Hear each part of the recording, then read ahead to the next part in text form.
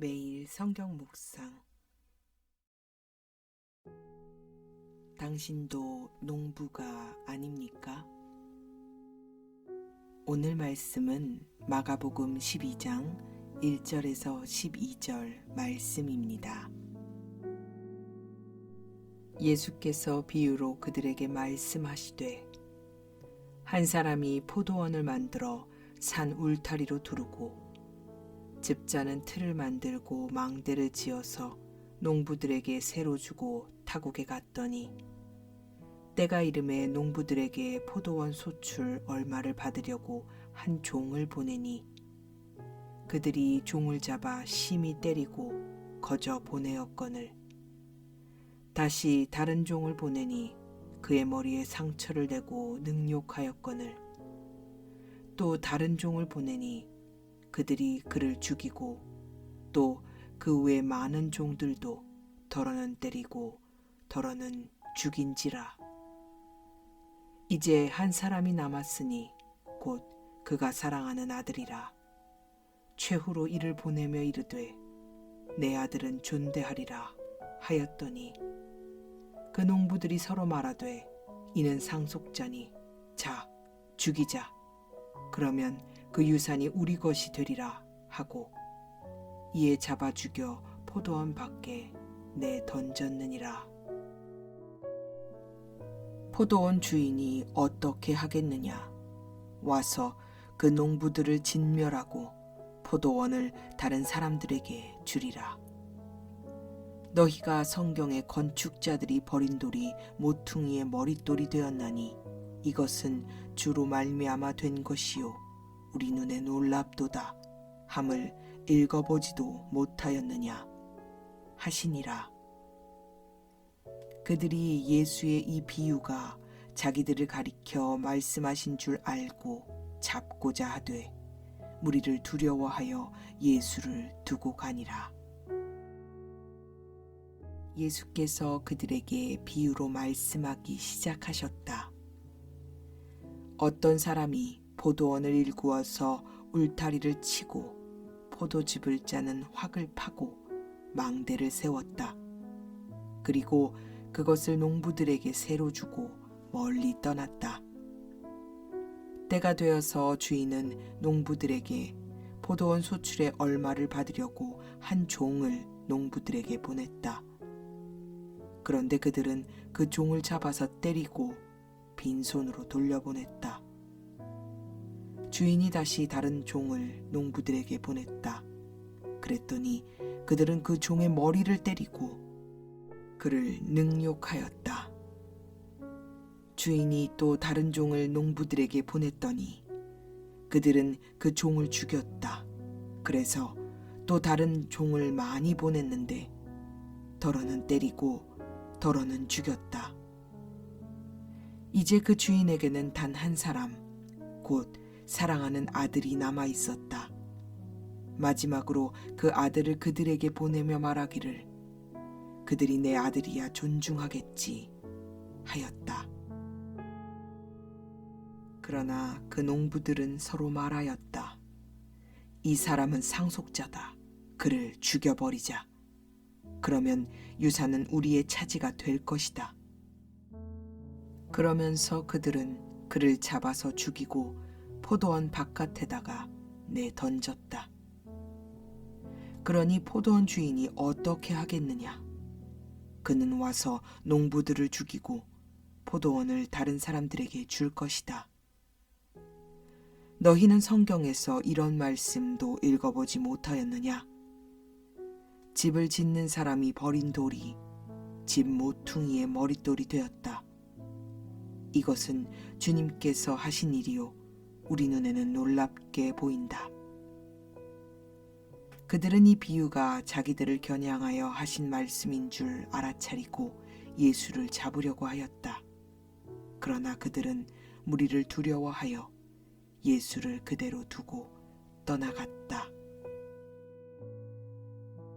예수님께서는 자신의 권위에 도전하는 유대 종교 지도자들에게 자신의 권위에 대해서 대답하시지 않겠다고 하셨지만 본문의 비유를 통해서 우회적으로 자신의 권위에 대하여 그리고 그들의 행위에 대하여 말씀하고 계십니다. 1절에 한 사람이 포도원을 만들어 산 울타리로 두르고 즙자는 틀을 만들고 망대를 지어서 농부들에게 새로 주고 타국에 갔더니 라는 구문은 이사야서 5장 1절에서 7절 포도원의 노래를 상기시킵니다. 구약에서는 이스라엘 백성에 대하여 포도원, 포도로 자주 언급하곤 했습니다. 때문에 이 비유를 듣는 사람들은 이 비유가 자신들에 대한 것임을 즉시 알아차렸을 겁니다.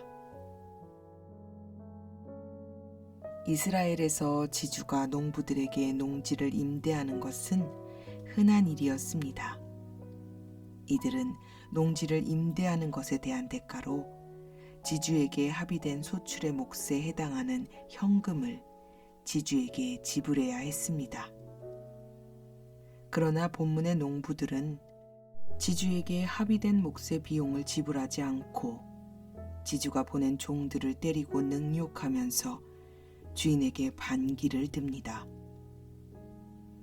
이런 일이 반복되면서 그 반기의 강도가 점점 더 심해지자 주인은 최후로 사랑하는 자신의 아들을 보냅니다. 그러나 지주의 아들이 도착하자 농부들은 그를 죽인다면 포도원의 소유권이 자신들의 것이 될 것이라고 생각하고 그 아들을 죽여버립니다. 본문의 비유에서 포도원 주인은 하나님을, 농부들은 유대 종교 지도자들을, 포도원은 이스라엘을 말합니다. 포도원 주인의 아들을 죽여버리는 농부들의 행동은 말도 안 되는 심각한 넌센스로 보이지만 실제로 그런 일들은 구약에서부터 계속해서 반복되었습니다. 하나님께서는 몇 번이고 계속해서 하나님의 선지자들을 이스라엘 백성들과 그들의 지도자들에게 보냈으나 하나님의 종들은 박해를 받고 죽임을 당하기도 했습니다. 그리고 지금 농부들은 그 아들까지도 그렇게 다루려 하고 있습니다. 예수께서는 이 비유를 통해 이들의 손에 죽임을 당할 것까지도 말씀하고 계신 겁니다. 이제 하나님의 아들까지도 그렇게 대우한 유대 종교 지도자들뿐만 아니라 이스라엘은 주 하나님의 심판을 받게 될 것입니다. 예수께서 포도원을 진멸하고 포도원을 다른 사람들에게 주리라 하고 말씀하신 것은 유대 종교 지도자들이 하나님의 심판을 받게 될 것이며 이스라엘은 하나님의 택한 백성으로서의 자격을 상실하고 복음이 이방인들에게로 갈 것임을 나타냅니다. 예수께서는 악한 포도원 농부의 비유를 통해서 역으로 종교 지도자들의 권위에 도전하십니다. 너희가 하나님으로부터 부름받았다고 하면서 너희들이 하나님의 뜻을 무시하고 하나님의 뜻을 거슬러서 하나님이 보내신 하나님의 아들을 함부로 죽이는 권위는 어디서 온 것이냐? 라고 따져 물으시고 계시는 겁니다.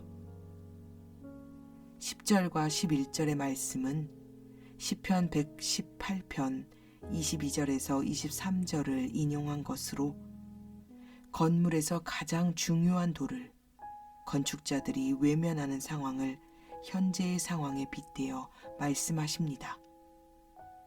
이스라엘은 하나님 나라에서 가장 중요한 예수를 외면하고 있습니다. 종교 지도자들은 이 말씀의 의미가 무슨 의미인지 즉시로 알아차렸습니다. 그러나 그들은 회개하지 않고 도리어 예수를 잡고자 했습니다. 하나님보다 사람을 두려워했던 그들은 예수를 잡지 못하고 자리를 떠났습니다. 그들은 기어코 하나님의 아들을 죽이는 데까지 갈 것입니다. 우리는 이 말씀을 대할 때마다 영화를 보듯이 남 이야기 듣듯이 듣습니다. 왜냐하면 나는 예수를 십자가에 못 박은 유대인이 아니라 여기기 때문입니다. 우리는 대부분 이 말씀을 예수를 십자가에 못 박은 유대인의 이야기이고 이미 완결된 이야기이며 예수의 부활로 결론이 난 이야기라고 여깁니다. 그런데 오늘 저는 당신에게 도전합니다. 정말로 남의 이야기인가요? 정말로 유대인들에게만 해당되는 이야기입니까? 제게는 지금도 머릿속에 생생한 기억이 하나 있습니다. 중고등학생 시절 저는 숙제처럼 매일 성경을 읽었습니다. 누가 시킨 것도 아니었는데, 그렇다고 좋아서 읽은 것도 아니었는데 어쨌든 매일 성경을 하루에 한 장씩 읽었습니다.